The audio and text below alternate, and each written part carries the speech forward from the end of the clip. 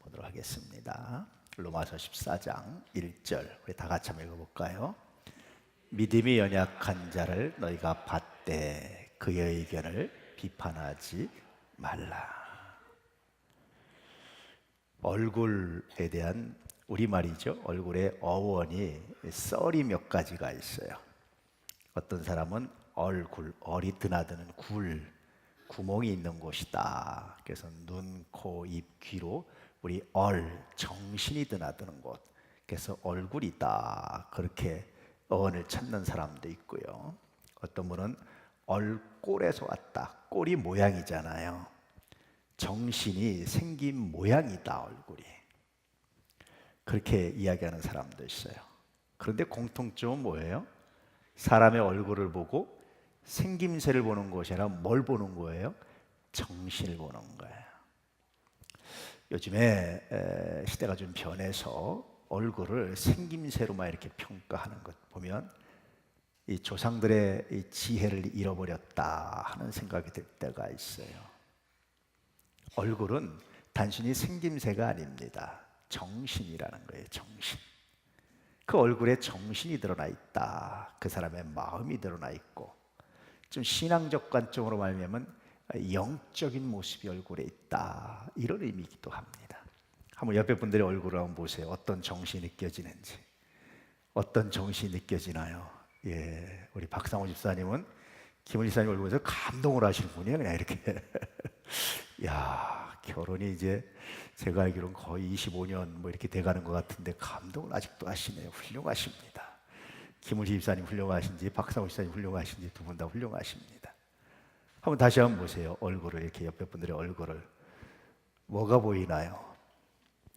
아이고, 코도 못생겨가지고 눈도 못생겨서 그런 게 보이십니까? 정신이 보이십니까? 마음이 보이십니까? 그래서 그런 말이 있죠. 40대의 얼굴은 본인이 책임져야 된다. 그런 말 있잖아요. 그래서 보면 연예인도 얼굴 이쁘고 잘생겼다고 스타가 되는 건 아닌 것 같아요. 필요하긴 하지만 충분하진 않은 것 같아요. 그렇죠? 얼굴도 물론 기본적으로 뭐 베이스가 있어야 되겠지만 그보다 뭐가 더 중요합니까?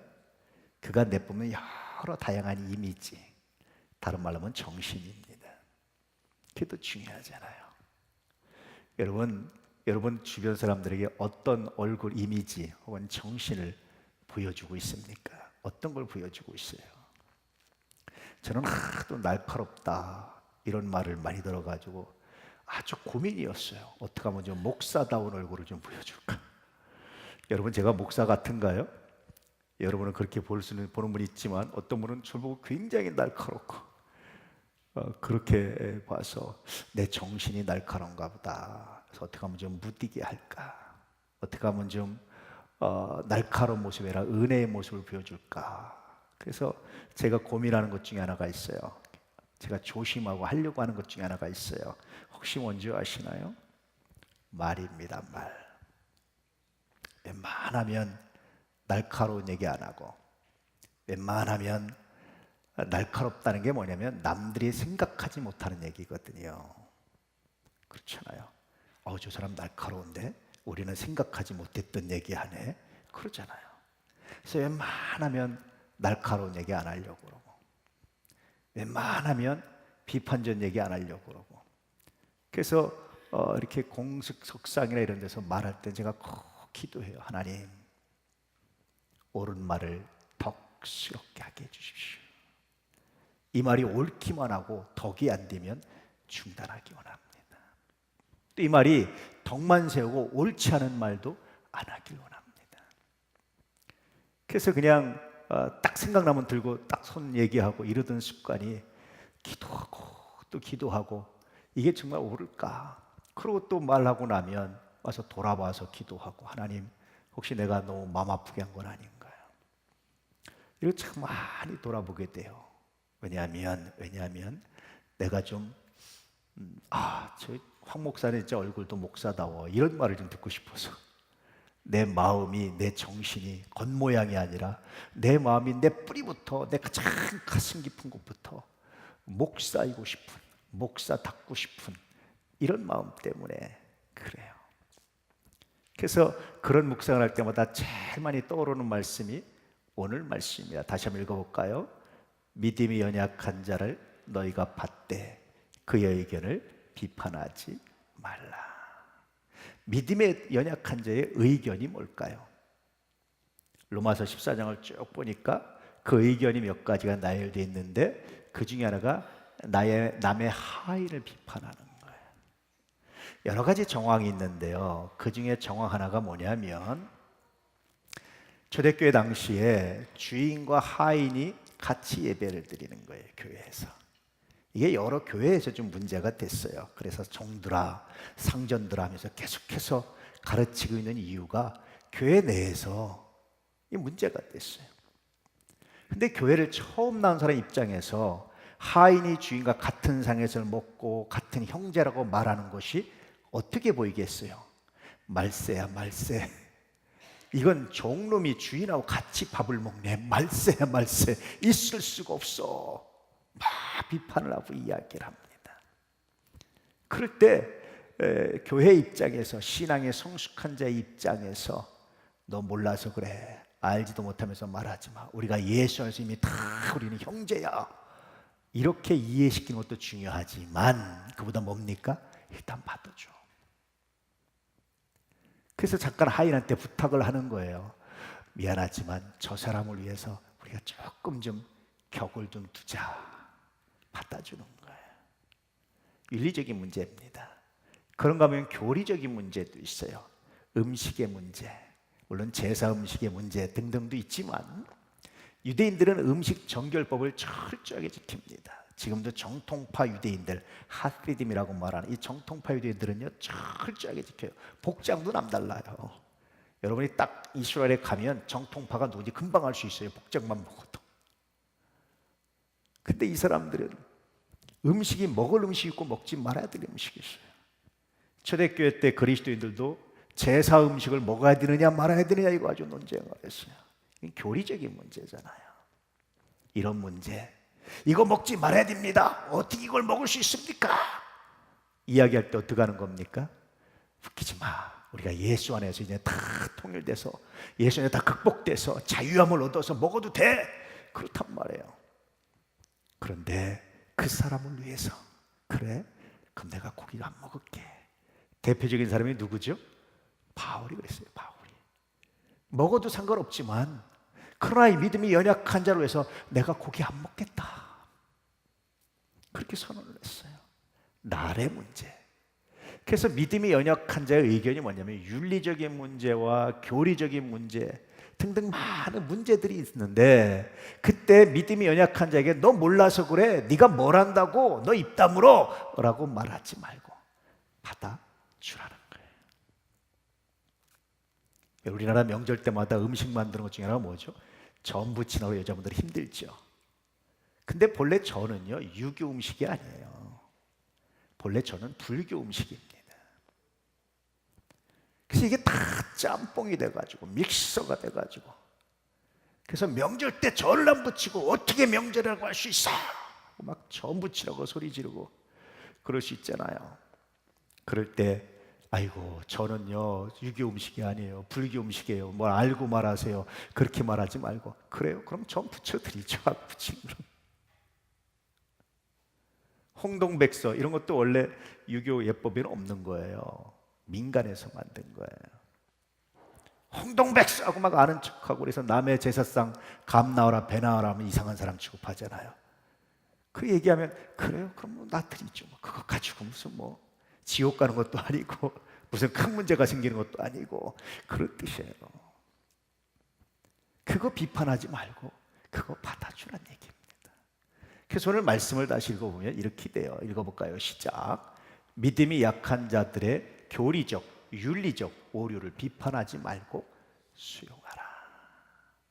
그냥 넉넉히 받아주라는 거예요. 그럴 때 비판을 넘어서게 됩니다. 그럼 묻죠.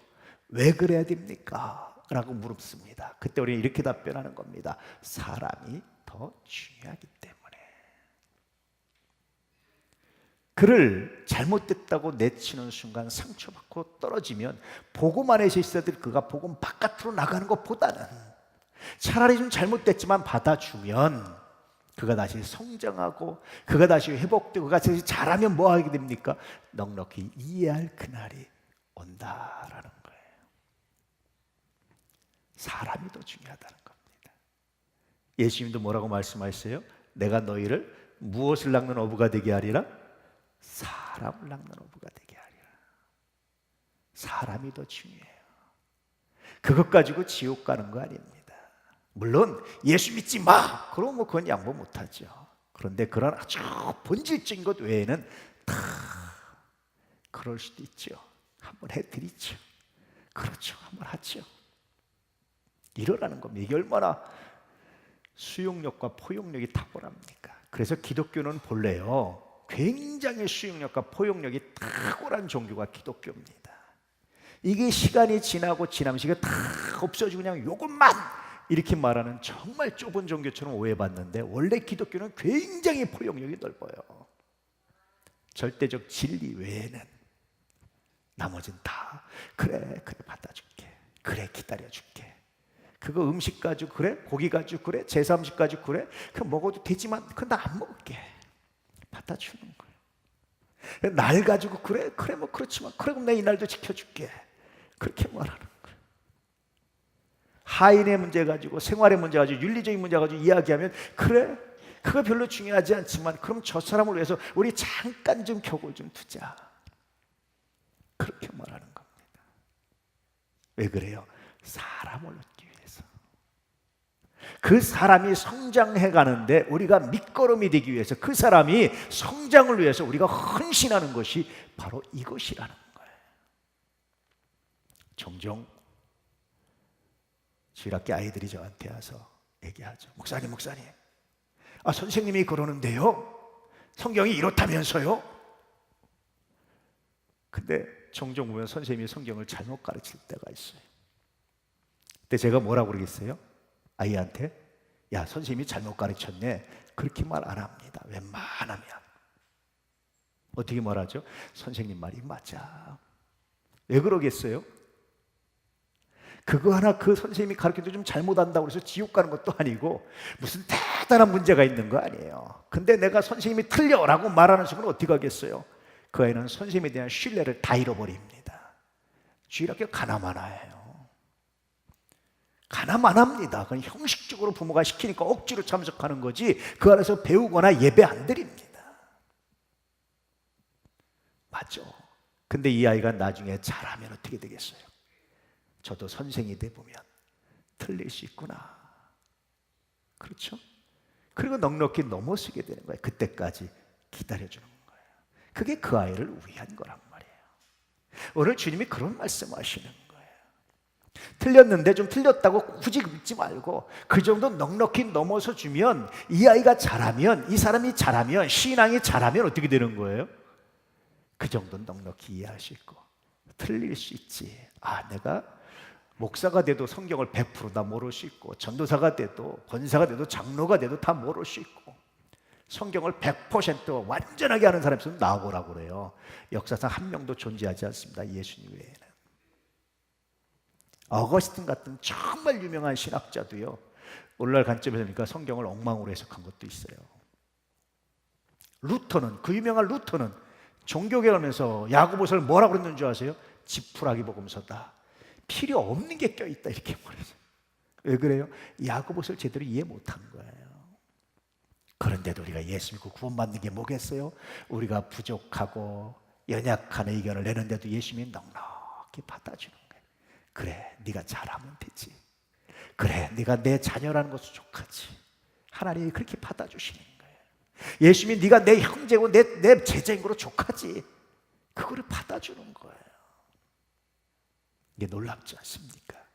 그런 주님의 마음이 오늘 말씀에 드러나 있습니다. 할렐루야. 옳고 그름보다 사람이 먼저일 수 있기를 축복합니다. 아멘. 그러면 비판을 넘어서는 방법이 뭡니까? 라고 물을 때 우리는 이렇게 답하는 겁니다. 능동적 기다림이다. 헨리 나우엔이라는 사람이 한 얘기인데요, 기다리면 두 가지 기다림이 있습니다. 수동적 기다림과 능동적 기다림이 있습니다. 수동적 기다림은 아무것도 하지 않고 기다리기만 하는 거예요. 감 나무에 있어서 감 떨어져 하고 기다리는 거예요. 능동적 기다림은 뭐예요? 기다리면서 준비하는 겁니다. 그 일이 이루어졌을 때를, 그 일이 이루어지도록 준비하는 거예요. 감이 떨어질 때는 근데 감이 막상 여기로 떨어지면 어떻게 되겠어요? 감이 떨어질 때 정확히 내 입에 들어올 수 있도록 준비하는 거예요. 훈련하는 겁니다. 비판을 넘어서는 방법은 능동적 기다림이에요. 그 사람이 그냥 잘하기만 그냥 보고 있는 것이 아니라 끊임없이 그 사람에서 기도해주고 축복해주고, 그 시간이 지나서 그 사람이 이 말을 들을 때가 언젠가를 관찰하고, 이 말을 이해할 수 있을 때, 이 말을 들을 때 말해줄 수 있는 준비를 하고, 이게 능동적 기다림입니다. 언젠가 되겠지, 언젠가 알겠지 그러는 것이 아니라 이 사람한테 이 말을 해줄 때가 언제인지 다 타이밍을 엿보는 거예요. 이 사람한테 이 말을 가장 은혜롭게 가르쳐주는 방법이 무언지를 다 묵상하고 생각하는 거예요. 그게 능동적 기다림입니다. 비판 대신에 우리는 능동적 기다림이 중요하다는 거예요. 참 재밌게도요, 우리는 어떤 때 들렸던 말이 어떤 때는 안 들려요. 똑같은 말을 듣는데 어떤 때 들으면 화나고 어떤 때 들으면 화가 안 나요. 기쁘기도 한 경우가 있어요. 그렇죠? 그래서 믿음이 연약한 자는 뭐냐면 이 말을 해준데 아직 들을 기가 없어요. 아직 들을 만한 능력이 안 돼요. 그런 사람이 들을 기가 됐을 때, 들을 만한 능력이 됐을 때 말해주기 위해서 준비하고 기다리라는 거예요. 그냥 무작정 기다리는 게 아닙니다. 이게 비판을 넘어서는 거예요. 혹시 여러분, 믿음이 연약한 자가 혹은 지혜와 지식이 연약한 자가 어떤 의견을 말하면 즉시로 반박하기보다는 혹시 이 말을 들을 수 있을까? 혹시 이 말을 이해할 수 있을까? 그렇지 않다면 좀 뒤로 좀 물러서 하나님, 내가 이 말을 언제 해주면 좋을까요? 어떻게 해주면 좋을까요? 좀 묵상하고 기도하고 준비하는 은혜가 있기를 축복합니다. 그게 비판을 넘어서는 정말 중요한 성경적 방법이에요. 제가 한번 유럽을 갔는데 건축가 교수님, 건축가를 전공하느라고 한번 갔어요.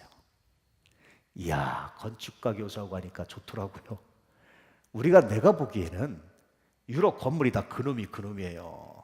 프랑스 가도, 영국 가도, 이탈리아를 가도 다 비슷해요, 그게. 그래서 서양 사람들이 중국, 한국, 일본 오면 비슷하게 보이겠다 이런 생각을 내가 해요. 근데 이 교수가 나한테 설명을 해주기 시작하는 거예요. 옆에서 같이 다니면서 한 보름 정도를 같이 이렇게 유럽을 갔는데, 목사님, 저거는요 바로크 시대고요, 비잔틴 문화고요, 무슨 문화고요. 그래서 건물이 복합되어 있는 거 보니까 아마 중간에 무너졌다가 다시 졌든지 하면서 증축을 한 겁니다. 그럼 증축 연대는 대충 어떻게 되고요 하면서 모양이 저렇게 생기고 설명을 하기 시작하는 거예요. 그분 때문에 얼마나 그 여행이 풍부했는지 몰라요. 또 한 번은 지질학과 교수님하고 여행을 갔어요. 지질학과 교수님이 내 옆에 앉아가지고 지나가면 지형에 대해서 얘기하는 거예요. 지금은 핸드폰 어플에 고도계가 있거든요. 난 그런 게 있는지도 몰랐어요. 근데 고도계를 갖고 와서 지금이 고도 몇 미터입니다. 산을 지나거나 지형을 지나면, 특이한 지형을 지나면 설명을 해주는 거예요. 저건 지형이 뭐고 어떻게 퇴적돼 있고, 이거 보니까 무슨 시대고 얘기하는데 그거 굉장히 풍부해지더라고요, 내용이. 대신 여러분, 선교적인 이야기, 교회 역사가 있는 이야기 가면 누가 바빴겠습니까? 제 입이 바쁘면 일리 와보세요. 밀라노에 가서 여기는 이렇고요, 왜 콘스탄틴 대제가 로마가 아니라 밀라노에서 이 얘기를 했는지 막 설명을 하는 거죠. 이제 느낀 게 뭐예요? 우리는 부분적으로 미숙하고 부분적으로 성숙해요. 100% 성숙한 사람은 아무도 없어요. 이해되시죠? 나는 다 성숙하다, 그렇잖아요. 신앙도 그래요. 어떤 사람은 이쪽 부분에 성숙한 사람이 있고 이쪽 부분에 미숙한 사람이 있고, 어떤 사람이 이쪽 부분에 성숙하고 어떤 사람이 이쪽 부분에 미숙해요. 다 그렇습니다. 우리는. 나는 전체가 다 성숙하다, 없어요. 나는 모두를 다 잘한다, 그런 사람도 없습니다. 그저 내가 좀 열심히 남들도 공부한 분야에 조금 조금 더 알 뿐이에요. 조금 더 노력한 분에 조금 더 나을 뿐이에요. 오늘 말씀은 그런 깊은 이해가 전제되어 있는 겁니다. 믿음이 연약한 자를 너희가 받되 그에게를 비판하지 말라는 말씀은 그런 이해가 담겨져 있어요. 너도 미숙한 부분이 있고 성숙한 부분이 있지 않느냐, 너도 약한 부분이 있고 잘하는 부분이 있지 않느냐, 그런 이야기입니다. 그래서 그를 위해서 우리가 사람을 더 중시 여기고 능동적 기다림을 가지면 결과를 얻을 수 있는데 무슨 결과입니까? 비판을 받지 않게 된다. 너 미숙한 그 분야, 너 약한 그 분야, 너도 부족한 그 분야, 그 분야를 네가 넉넉히 이해받고 누군가 너를 위해서 능동적 기다림을 가지고 누군가 너를 위해서 축복하고 누군가 너를 위해서 기다려주는 그런 복을 너도 받게 될 것이다. 이게 얼마나 놀라운 복일까요? 주님이 이렇게 말씀하셨죠. 한번 읽어볼까요? 비판하지 말라, 그리하면 너희가 비판을 받지 않을 것이요, 정죄하지 말라, 그리하면 너희가 정죄를 받지 않을 것이요, 용서하라, 그러면 너희가 용서를 받을 것이요. 비판받고 있다면 혹시 내가 비판한 것의 열매는 아닐까?